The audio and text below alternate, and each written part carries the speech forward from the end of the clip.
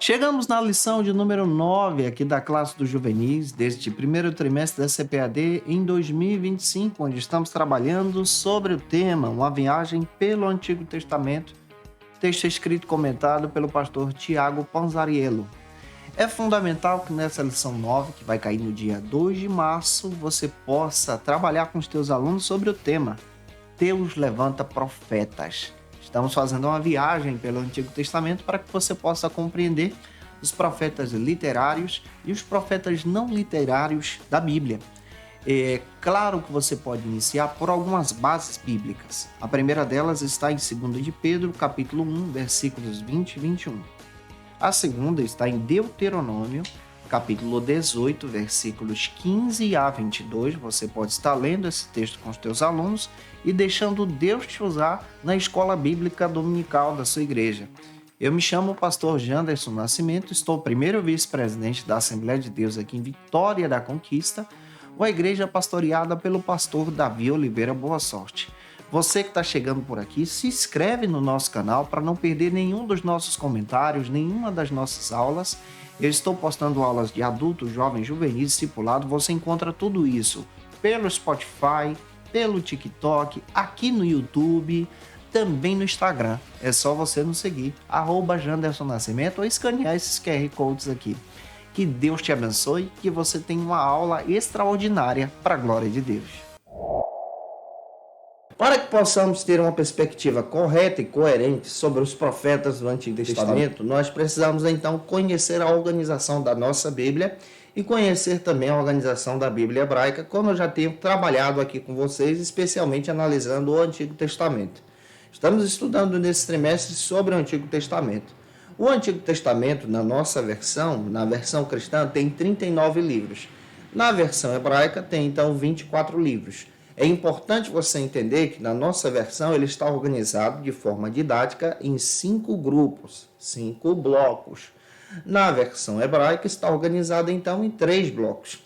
Na nossa versão nós temos então o Pentateuco, que nós já estudamos aqui, temos os livros históricos, temos os livros poéticos e entra agora a classificação dos profetas, profetas maiores e profetas menores.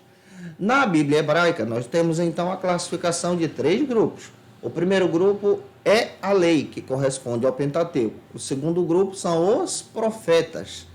E o terceiro grupo é conhecido, então, como os escritos. Na Bíblia hebraica, lá está dividido o grupo dos profetas da seguinte maneira: em profetas anteriores e posteriores. Anteriores ao quê? A um evento histórico que marca Israel, o cativeiro babilônico. Então, é muito importante você ter essa perspectiva.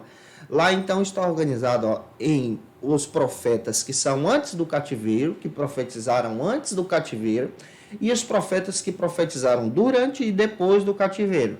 É importante você observar isso aqui.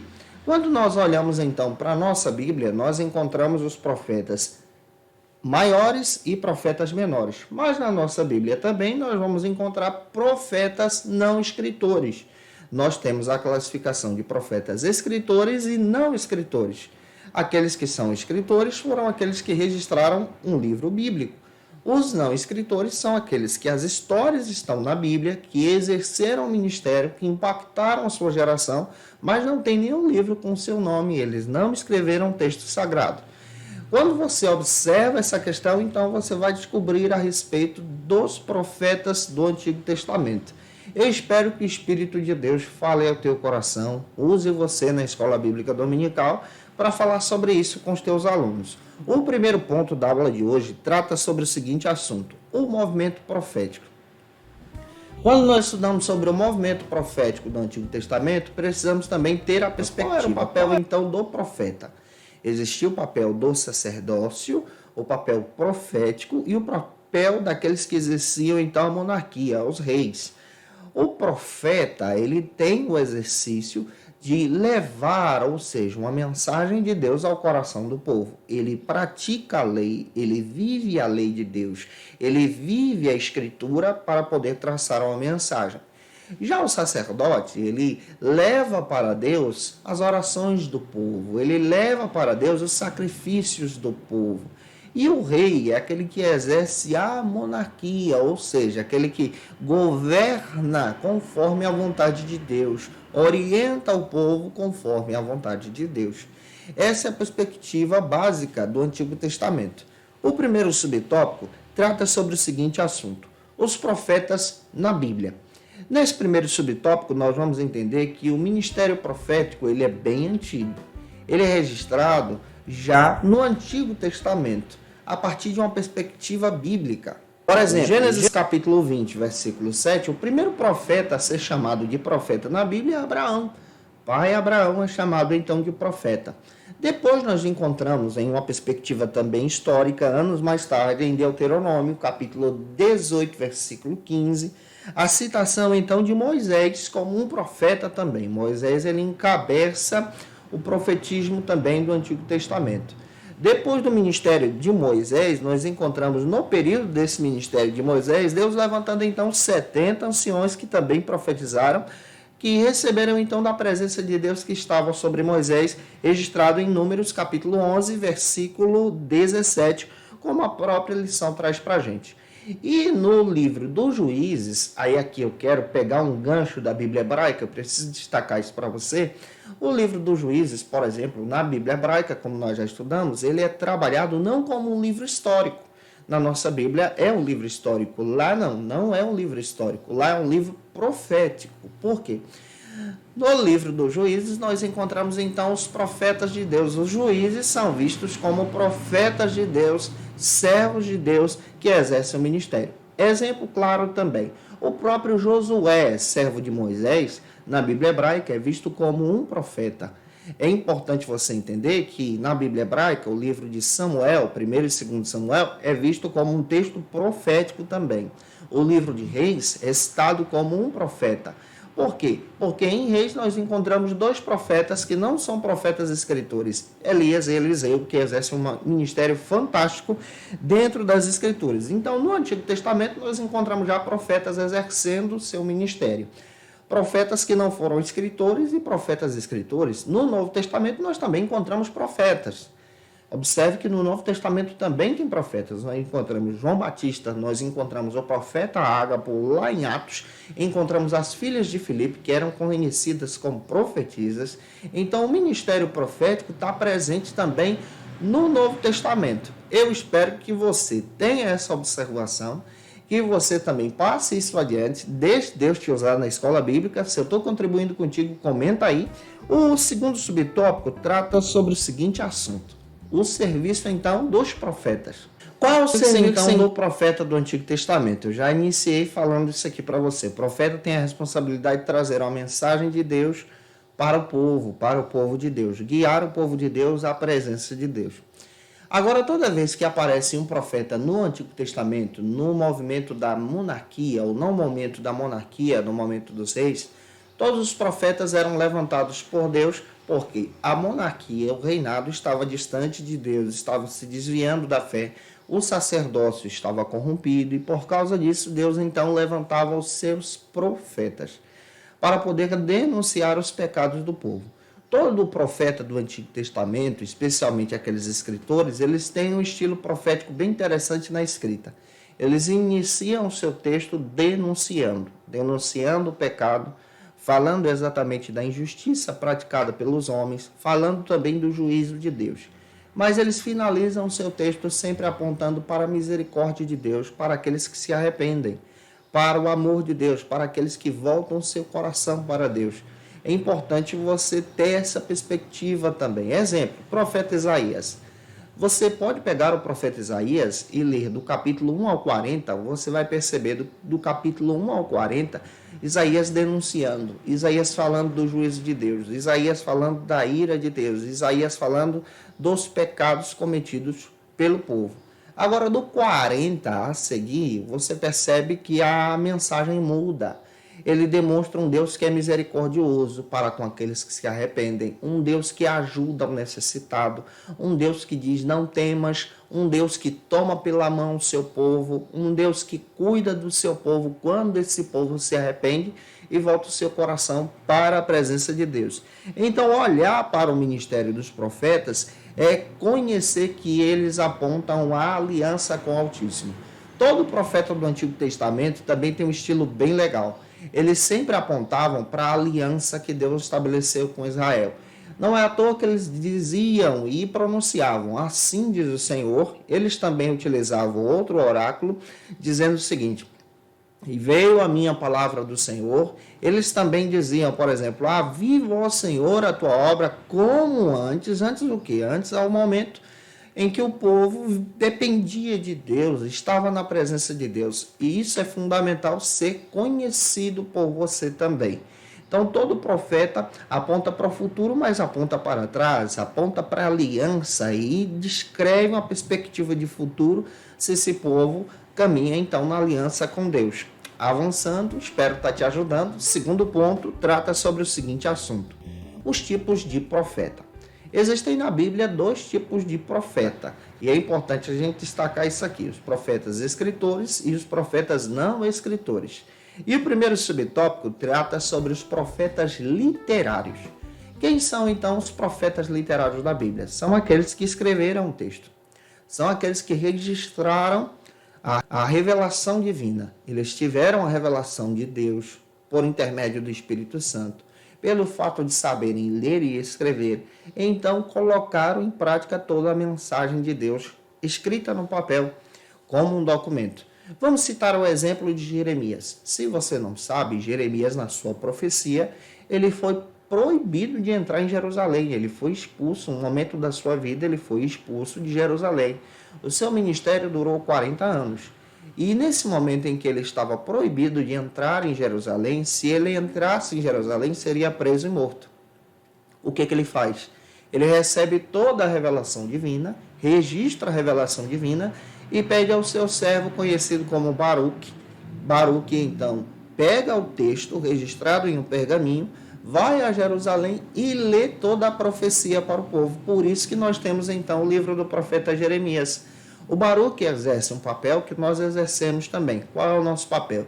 Ler o texto, deixar o texto falar, deixar Deus falar pela Escritura, deixar Deus trabalhar nos corações. E o Baruque é só um mensageiro da lei, um mensageiro da profecia, assim como eu e como você, dando aula. Nós somos mensageiros de Deus. A profecia não é nossa, mas a profecia vem da parte de Deus. Toda a palavra vem de Deus. Hoje nós não temos uma nova revelação. Nós não podemos, por exemplo, dizer, olha, eu tenho uma revelação e agora eu vou escrever e isso vai virar Bíblia. Não funciona assim. Nós temos então a iluminação. A revelação bíblica foi dada somente para os profetas, pela vontade de Deus, para o registro do texto sagrado, por testemunho da obra de Deus. Avançando, o segundo subtópico trata sobre os profetas não literários. Quem são os profetas não literários? A Bíblia cita sobre profetas não literários. São aqueles profetas que exerceram seu ministério, mas não escreveram um texto sagrado, não registraram, por exemplo, um livro da Bíblia. Nós encontramos diversos profetas, a exemplo de Elias e Eliseu, como a Bíblia cita para a gente. Encontramos também o profeta Natã, o profeta Gate, encontramos Micaías, encontramos também a citação, por exemplo, da esposa de Isaías, que era profetisa. Nós encontramos Débora também, que é conhecida como profetisa. Ela não escreveu o texto, alguém escreveu a sua história. Encontramos no Novo Testamento, como já citei para vocês, João Batista exercendo o ministério, o profeta Ágapo.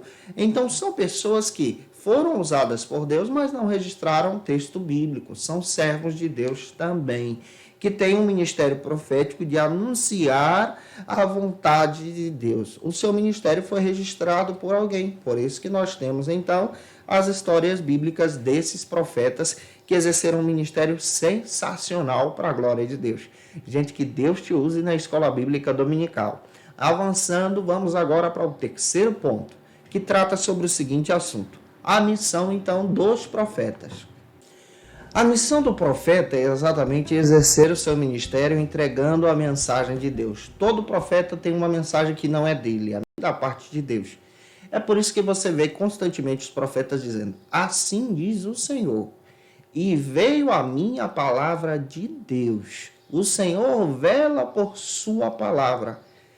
Eis que diz o Senhor dos Exércitos. Você percebe esses oráculos sendo pronunciados por eles, porque a sua missão é edificar o povo. Avançando, o primeiro subtópico do terceiro ponto fala sobre a perseguição, então, aos profetas. Todo profeta, ele passa por experiências assim terríveis, especialmente os profetas da Bíblia. Você encontra esses profetas sofrendo, então, perseguições. Você encontra profetas que não são literários também sofrendo perseguições. Há exemplo de Elias, que sofre uma perseguição terrível por parte de Jezabel ao ponto de querer tirar a sua vida. Você percebe Jeremias sendo esbofeteado, sendo perseguido, sendo preso, colocado então em uma cisterna.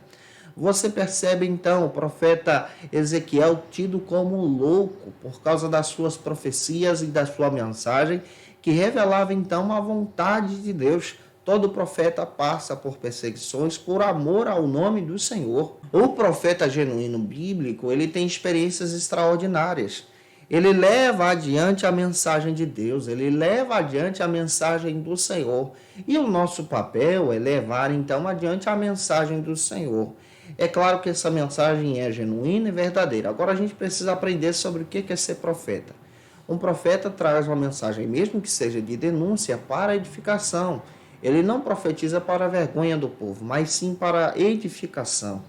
Um profeta profetiza para o crescimento do outro. Tem gente que entende errado, pensa que o profeta profetiza para denunciar o pecado, pensa que o profeta denuncia então o erro do outro e envergonha o outro. O profeta, ele denuncia o pecado sim, mas ele denuncia como? Edificando, apontando então para a saída, apontando para o ato da misericórdia de Deus. Os profetas constantemente diziam o caminho e apontavam o caminho do arrependimento, de voltar o seu coração para Deus, de deixar Deus trocar o coração de pedra para um coração vivo na sua presença.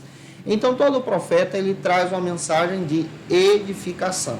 Leve isso adiante. E por causa disso, os profetas também eram perseguidos, porque eles queriam, por amor à obra de Deus, ver o povo de Deus servindo ao Senhor com todo o seu coração. Avançando, o segundo subtópico do terceiro ponto trata sobre a mensagem profética de esperança. É isso que eu estou compartilhando com você. Todo profeta tem uma mensagem de esperança, especialmente os profetas literários, eles apontam para o Cristo. Os profetas anunciam a chegada futura do Messias. Os profetas do Antigo Testamento, tá? Eles anunciam a chegada do Messias, que é Jesus. Isaías capítulo 7 fala sobre isso. Isaías capítulo 9. Você percebe os profetas dando assim detalhes específicos da vinda do Messias, que é Jesus. Aquele que restauraria então a nação, levaria a nação então para o plano da salvação de Deus.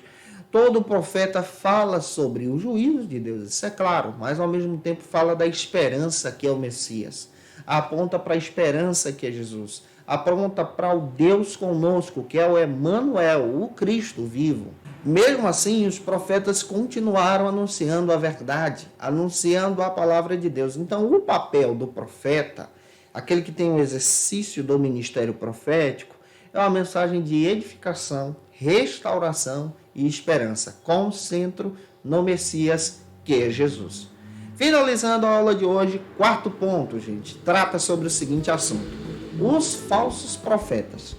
Existem falsos profetas, profetas que não têm compromisso com a palavra de Deus, profetas que não têm compromisso com a verdade de Deus. Existem hoje falsos profetas também.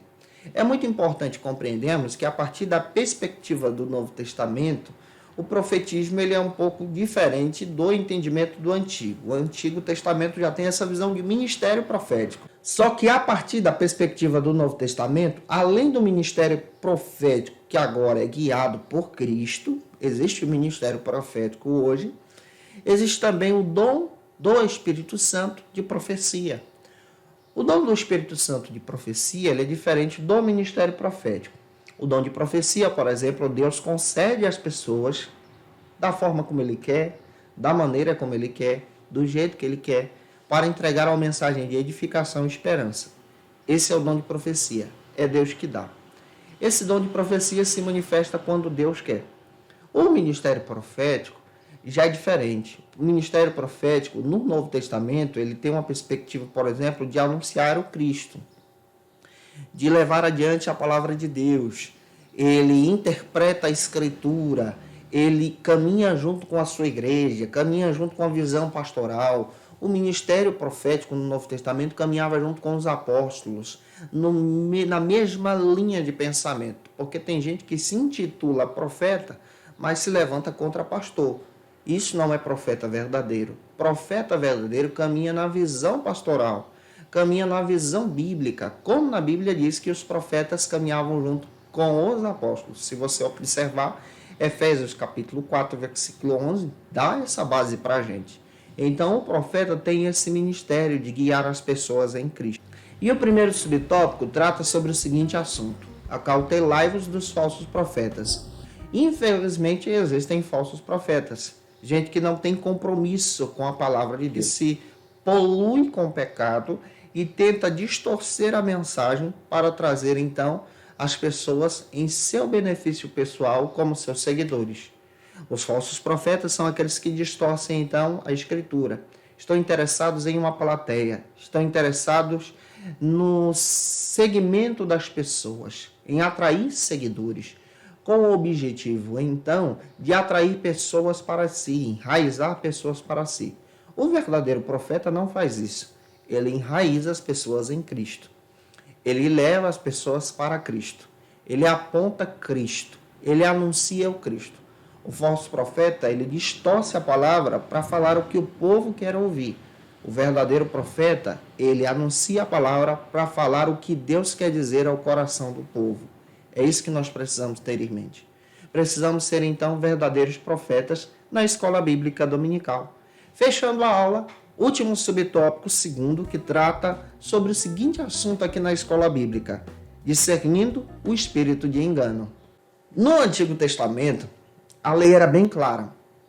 Quem exercesse uma falsa profecia, quem ministrasse uma profecia que não se cumprisse, essa pessoa seria morta, seria levado a apedrejamento por causa dessa situação, para não levar o nome do Senhor em vão. Nós percebemos, à luz da Bíblia, que aqueles que se envolviam de maneira mentirosa, utilizando a palavra de Deus, eram então julgados. No Novo Testamento, nós também temos uma perspectiva bem legal. Compreendemos que Deus também dá à igreja o espírito de discernimento, o dom de discernimento. O discernimento é fantástico. Por quê? Porque aquele que tem essa habilidade dada pelos céus, dada por Deus, ele reconhece a luz das Escrituras, porque a Bíblia, ela traz então todo o padrão para a profecia. Ele reconhece à luz das Escrituras se aquela profecia é de Deus ou não. A profecia, para ser verdadeira, ela precisa apontar Jesus, caminhar com Cristo, anunciar o Senhor. Todo profeta do Antigo Testamento anuncia, então, a vontade do Senhor. Não é à toa que eles dizem, assim diz o Senhor. E é importante a gente entender que o papel do profeta é exercer o ministério para a glória de Deus. E aqueles que exerciam o espírito de engano, infelizmente, eram perseguidos e levados à morte. Mas no Novo Testamento, essas pessoas então são julgadas por Deus, pela vontade de Deus. E são julgadas de que maneira? São julgadas a partir do momento em que essas pessoas utilizam a mentira para poder pecar contra Deus, utilizando o nome de Deus em vão. Se você faz isso, peça perdão a Deus. Coloque então o teu coração na direção de Deus, porque ainda dá tempo de você colocar a tua vida no altar e ser realmente usado pelo Espírito Santo de Deus. E não querer utilizar a palavra, utilizar o dom em benefício pessoal.